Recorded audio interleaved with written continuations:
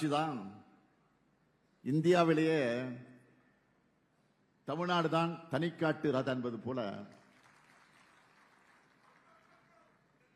புரியுதுல்ல?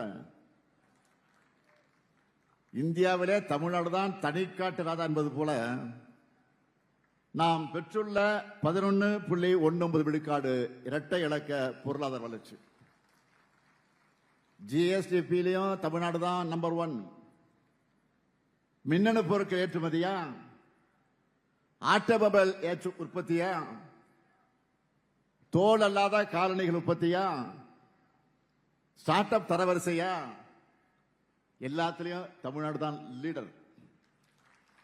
இங்க நிறைய பெண்கள் வந்திருக்கிறீங்க.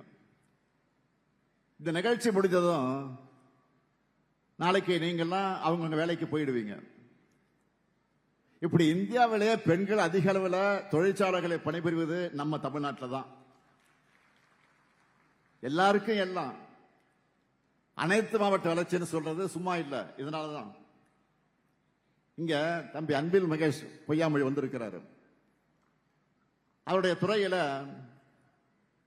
எனக்கு மிக நெருக்கமான திட்டமான அரசு மாதிரி பள்ளி கட்டடத்தையும் விடுதி கட்டடத்தையும் திறந்து வச்சிருக்கிறார். அந்த பள்ளிகளில் படிக்கக்கூடிய மாணவர்கள் ஆயிரக்கணக்கான பேர் ஐஐடி, என்ஐடி உள்ளிட்ட நாட்டின் முன்னணி உயர்கல்வி நிறுவனங்களை படிக்க தேர்வாகி இருக்காங்க. அது மட்டும் இல்ல, 15 அரசு மேல்நிலை மற்றும் உயர்நிலை பள்ளிகளுக்கு 104 கூடுதல் வகுப்பறை கட்டடங்கள் கல்விக்கான உட்கட்டமைப்புகளை திறந்து வச்சிருக்கிறோம்.